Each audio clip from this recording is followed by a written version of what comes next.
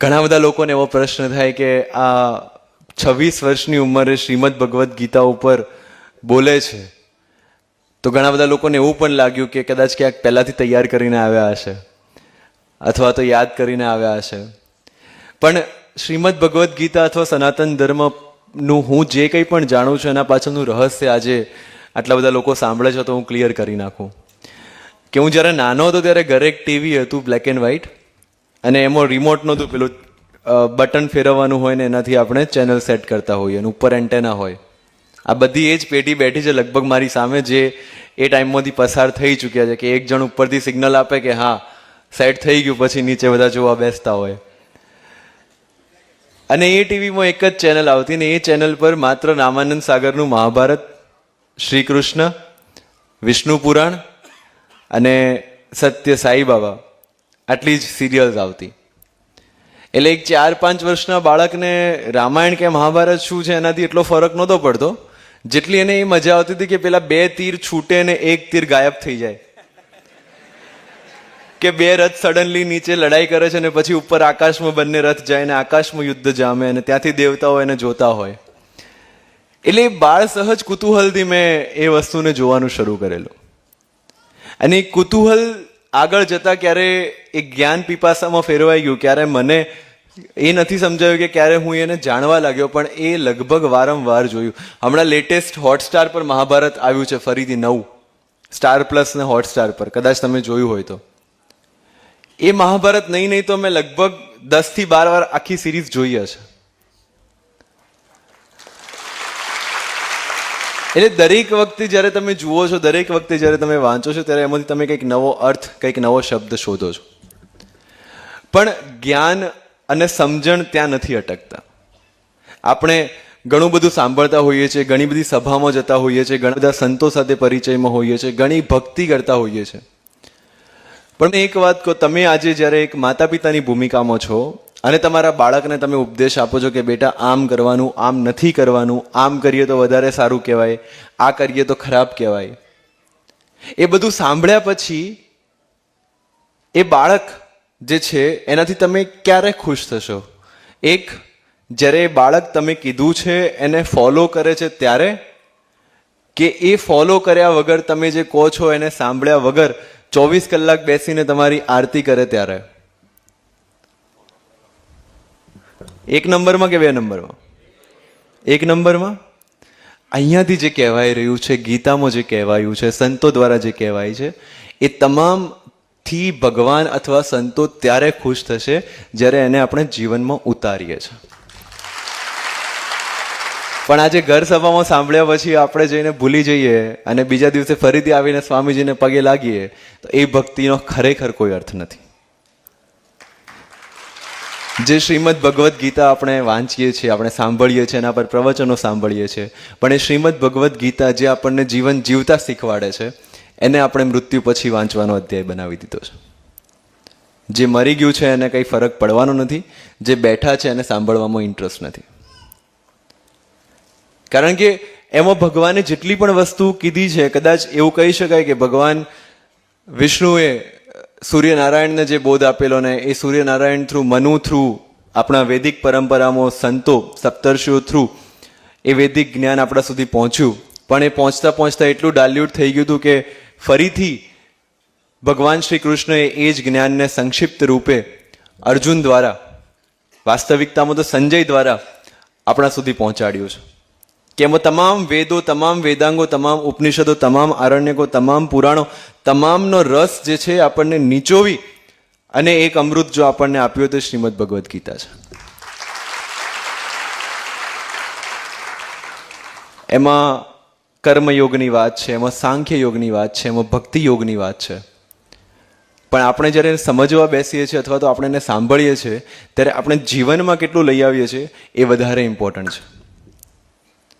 એક બાજુ આપણે કહીએ છીએ કે આ સમગ્ર વિશ્વમાં જે કંઈ પણ થાય છે એ માત્ર ને માત્ર ઈશ્વરની મરજીથી થાય છે, એવું આપણે પણ નથી કહેતા. એવા ભગવાન શ્રી કૃષ્ણ ગીતામાં કહે છે કે આ સંસારના કણે કણમાં હું છું ને આ સંસારમાં જે કંઈ પણ થાય છે એ મારી મરજીથી થાય છે.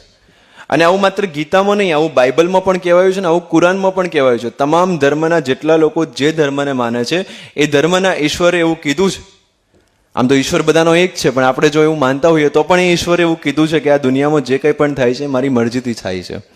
છતાં પણ આપણને થોડી તકલીફ પડે, નાની સમસ્યા આવે, આપણા ઘર પરિવારમાં થોડી આર્થિક સંકડાશ આવે, કોઈ નજીકનો વ્યક્તિ બીમાર પડે અને આપણે તરત રડવા બેસીએ છીએ. ત્યારે આપણે કેમ ભૂલી જઈએ છીએ કે આ જે કંઈ પણ થઈ રહ્યું છે એ પણ તો ઈશ્વરની મરજીથી થઈ રહ્યું છે. આ અનુભૂતિ જ્યારે આપણે આપણી અંદર ઉતારી દઈએ ત્યારે આપણે ગીતાને સમજે એવું કહી શકાય. હું વખાણ કરવાની વાત નથી કરતો, પણ ફોર એક્ઝામ્પલ જ્યારે યુપીએસસીની પરીક્ષા આપવાની થઈ અને હું જતો હતો સ્કૂટી લઈને અને સ્કૂટી મારી સ્લીપ થઈ ગઈ, મારા પગમાં ઇન્જરી થઈ ગઈ, હાથમાં ઇન્જરી થઈ ગઈ, માથામાંથી બ્લીડિંગ થતું હતું. પણ એ વખતે પણ ઊભા થઈને મેં જોયું તો મેં પહેલી વસ્તુ એ નોટિસ કરી કે મારો જમણો હાથ સેફ છે અને ત્યાંથી હું સીધો એક્ઝામ લખવા ગયો. એના પછી મેં બીજા 5 પેપર આપ્યા અને એના પછી ડૉક્ટર જોડે ચેકઅપ કરાવ્યું તો મને ખબર પડી કે મારે 1.5 મહિનાનો ખાટલો છે. અને એ વખતે મને લિગામેન્ટ ઇન્જરી થયેલી, એટલે કે લિગામેન્ટ ઇન્જરી છે ને એ હીલ થતાં બહુ ટાઈમ લાગે. એટલે જ્યારે હું હમણાં સ્વામીજીએ જે વાત કરી ને એના ઉપર આવીશ આના થ્રુ, કે જ્યારે હું આરામ કરતો હતો ત્યારે મારા 1-2 સંબંધી આવ્યા સગાવાલા અને આવીને મને કે આના કરતાં તો હાડકું તૂટ્યું હોત ને તો ફટાફટ સાજો થઈ ગયો હોત. મેં કીધું જો હાડકું તૂટ્યું હોત ને તો પેલું જે 3 કલાક બેસીને મેં પેપર લખ્યું ને એ ના લખી શક્યો હોત.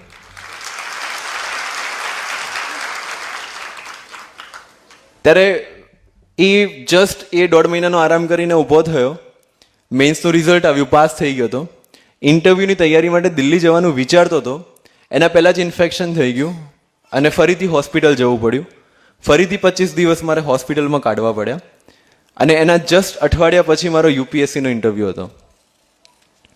એટલે 25 દિવસ હોસ્પિટલમાં કાઢ્યા પછી માત્ર અઠવાડિયાનો સમય હતો કે જેમાં હું યુપીએસસી ઇન્ટરવ્યૂની તૈયારી કરું, જે મારા માટે લાઈફ એન્ડ ડેથનો પ્રશ્ન બની ગયો હતો કે યુપીએસસી ક્લિયર કરવાની છે. એ અઠવાડિયા પછી મેં ઇન્ટરવ્યૂ આપ્યો અને ઇન્ટરવ્યૂમાં હું ઇન્ડિયામાં 2nd હાઈએસ્ટ હતો. પણ એ ઇન્ટરવ્યૂના પહેલાં જ્યારે હું હોસ્પિટલમાં ખાટલામાં હતો ત્યારે મારા મમ્મીએ મને પૂછેલું કે આ તારી સાથે જ કેમ થાય છે? આ બધું એક સાથે એક્સિડન્ટ થવું, આખી લાઈફમાં જે નહોતું થયું એ બધું એક સાથે 6 મહિનામાં થઈ ગયું. ત્યારે મેં એક કીધેલું એમને કે એક પરીક્ષા યુપીએસસી લે છે, એક પરીક્ષા ઉપરવાળો લે છે, મારે બંનેમાં સફળ થવાનું છે.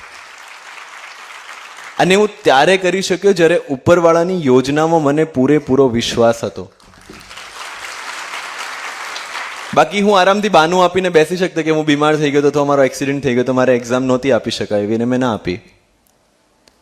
પણ કહેવાય છે ને કે ઈશ્વર માત્ર એની જ મદદ કરે છે જે પોતાની જાતની મદદ કરે છે. સ્વામીજીએ કીધું કે આપણને વાગેલો એક પથ્થર આપણને દેખાય છે પણ આપણી તરફ આવતા બીજા 99 એને અટકાવી દીધા છે, એ આપણે રિયલાઇઝ કરવાનું ભૂલી જઈએ છીએ. એ જ રીતે અહીંયા બધા જ લગભગ પેરેન્ટ્સ બેઠા છે. મારી છેલ્લી ઘર સભા છે એટલે ઘરની વાત કહીને મારી વાત પૂરી કરીશ કે અહીંયા બેઠેલા દરેક માતા પિતાને ચિંતા છે કે મારા સંતાનનું ભવિષ્ય હું ઉજ્જવળ બનાવું. આપણે બધા જ રાત દિવસ મજૂરી કરીએ છીએ, એફડી કરીએ છીએ, સેવિંગ કરીએ છીએ, મ્યુચ્યુઅલ ફંડ કરી રાખ્યા છે, ઇન્સ્યોરન્સ લઈ રાખ્યું છે. યસ ઓર નો? કે મારો દીકરો કે દીકરી 20 વર્ષની થશે, 25 વર્ષની થશે ત્યારે એને આ જગ્યાએ કામ આવશે. પણ આજથી 5 મિનિટ પછી શું થવાનું છે એની ખબર આટલામાંથી કોને છે? એટલે બાળકના ભવિષ્યના નિર્માણની ચિંતામાં આપણે બાળકના ચારિત્રનું નિર્માણ કરવાનું ભૂલી જઈએ છીએ. આપણને એક એવી લાલચ હોય કે હું જે રસ્તે ચાલ્યો છું, મેં જે કમાયું છે, તો મેં જે અનુભવ કર્યું છે એનાથી હું મારા બાળકને પણ ચલાવી લઉં. પણ તમે જે રસ્તા પરથી ચાલ્યા હતા એ 20 વર્ષ 25 વર્ષ પહેલા ચાલ્યા હતા. 20 વર્ષ 25 વર્ષમાં દરેક રસ્તો બદલાઈ જાય છે. આપણે બાળકને આંગળી પકડીને ચાલવાનું નથી, આપણે બાળકને ચાલતા શીખવાડવાનું છે કે ભવિષ્યમાં પણ આપણે એની સાથે ના હોઈએ તો એના ચારિત્રના દમ પર એ ત્યાં ટકી જાય. તમે 2 છોડ લાવજો, એક છોડને પંપાળીને મોટો કરજો, વાડ બનાવજો, પશુ ના આવી જાય, તડકો ન લાગે એટલે ઉપર છાપરું બનાવી દેજો, 3-4 વાર પાણી પાવાનું રાખજો, નિંદામણ કરજો અને બીજા એક છોડને વાવી દેજો અને એને માત્ર દિવસ રાત ખાલી પાણી પાજો.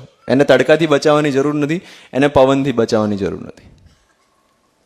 પણ જ્યારે વાવાઝોડું આવશે ત્યારે બંનેમાંથી કયું ટકશે? જેને તડકો છાંયડો જોયો છે. એટલે આવનારી પેઢીને જો આપણે મજબૂત બનાવી હશે તો એને તમામ તડકા છાયામાંથી પસાર થવું પડશે. અશ્વત્થામાને આટાનો ગોળ પીતો જોઈને ગુરુ દ્રોણ જ્યારે સમસમી ગયા કે ગુરુ દ્રોણનો દીકરો આટાનો ગોળ કઈ રીતે પી શકે, અને કૌરવ સભામાં જઈને ધૃતરાષ્ટ્રની ગાદી પર માથું ટેકી નાખ્યું કે આજથી હું તમારા શરણે. અને એનું પરિણામ એ આવ્યું કે અશ્વત્થામાએ દુર્યોધનનો સાથ આપ્યો અને ગુરુ દ્રોણ પોતે પરશુરામ શિષ્ય હોવા છતાં અધર્મની સાથે ઊભા રહીને લડવું પડ્યું. પણ એ વખતે આટાનો ગોળ પીતા અશ્વત્થામાને એ ગોળ પીને સંતોષ કઈ રીતે માનવો એ જો કદાચ ગુરુ દ્રોણે શીખવાડી દીધું હોત તો કદાચ મહાભારતનું પરિણામ આપણી સામે જુદું હોત. અહીંયા શિક્ષકો બેઠા છે એટલે ગુરુ દ્રોણની વાત નીકળી છે એટલે એ પણ કહી દઉં કે આપણે શિક્ષક બનવું છે કે ગુરુ બનવું છે એ આપણે નક્કી કરવાનું છે. જે દિવસે શિક્ષા પૂર્ણ કરીને એમને પાંડવોને કીધું કે જઈને રાજા દ્રુપદને બંદી બનાવીને લાવો, જે દિવસે એમણે પોતાની શિક્ષણની કિંમત નક્કી કરી નાખી એ દિવસે એક ગુરુ મટીને શિક્ષક બની ગયા કે એમને પોતાના શિક્ષણનું મૂલ્ય આંકી લીધું. એ ત્યારે ગુરુ હોત જો એમને એમના શિક્ષણની કિંમત નક્કી ના કરી હોત. અને એ જ વસ્તુ ભગવાન શ્રી કૃષ્ણ પણ એમના અંત સમયમાં ગુરુ દ્રોણને સમજાવે છે કે તમે શિક્ષક જ રહ્યા છો આજીવન. એક પિતાનો મોહ કઈ રીતે માણસનું પતન કરી શકે, જે આપણે કહીએ છીએ કે જે સંતો પાસે શીખીએ છીએ કે મોહ માયાથી દૂર જવાનું છે, આ પણ એ મોહનો જ એક ભાગ છે. આપણે માત્ર કર્મનિષ્ઠ બનીને આપણા કર્મનું પાલન કરવાનું છે અને તો કદાચ આપણે એક સારા અને વ્યવસ્થિત સમાજનું નિર્માણ કરી શકીશું, એક સારા માણસનું નિર્માણ કરી શકીશું. અને છેલ્લે ઘણી બધી સ્પીચમાં કીધું છે પણ આજે ફરીથી કહેતા રોકી નથી શકતો કે આપણે બધાએ જે જીવ અને શિવની વાત છે, જે આત્મા અને પરમાત્માની વાત છે, જે નર ને નારાયણની વાત છે, જ્યારે ભગવાન શ્રી રામની વાત ચાલતી હતી ત્યારે મને એક પ્રસંગ યાદ આવી ગયો કે આપણે સ્વામીજીએ કીધું કે ક્યારેય ભગવાનનો સાથ નથી છોડવાનો તો ભગવાન ક્યારે આપણો સાથ નહીં છોડે. ભગવાન શ્રી રામ જ્યારે લંકા પર ચઢાઈ કરવા જાય છે અને સેતુ સમુદ્રમ પુલ બનવાની શરૂઆત થાય છે, નલ અને નીલ નામના વાનર જે એ વખતના એન્જિનિયર્સ ગણાતા એ દરેક પથ્થર પર રામ રામ રામ લખીને એને દરિયામાં નાખે છે અને એ પથ્થર તરવા લાગે છે. ત્યારે ભગવાન રામને આશ્ચર્ય થાય છે કે હું પણ ટ્રાય કરી જોઉં. સુગ્રીવ ને હનુમાનજી બધાને લઈને દરિયા કિનારે જાય છે, પથ્થર પર રામ લખવામાં આવે છે અને ભગવાન રામ એ પથ્થરને દરિયામાં નાખે છે અને એ પથ્થર ડૂબી જાય છે. બધા શોક કે આના પર રામ લખેલું છે છતાં ડૂબી ગયો. ફરી બીજી વાર બીજો પથ્થર લાવવામાં આવે છે, ફરી એના પર રામ લખવામાં આવે છે, ફરી ભગવાન શ્રી રામ એને નાખે છે, ફરી એ પથ્થર ડૂબી જાય છે. ત્યારે બધા શોક થઈ જાય છે કે આવું કેમ? ત્યારે જામવન જે સૌથી અનુભવી અને સૌથી બુજુર્ગ ગણાતા એ ટીમમાં એ કહે છે કે પેલો પથ્થર તો જે છે એ રામના સહારે તરી જાય છે, જેને રામે જ છોડી દીધો એ ક્યાંથી તરવાનો? એટલે તમારી અંદર બિરાજતો આત્મા એ રામ નામના સહારે છેલ્લે જે પરમધામ પરમ મોક્ષ છે એ પામે એવી આશા સાથે આપ સૌની અંદરના પરમાત્માને મારી અંદરના આત્માના સાદર વંદન.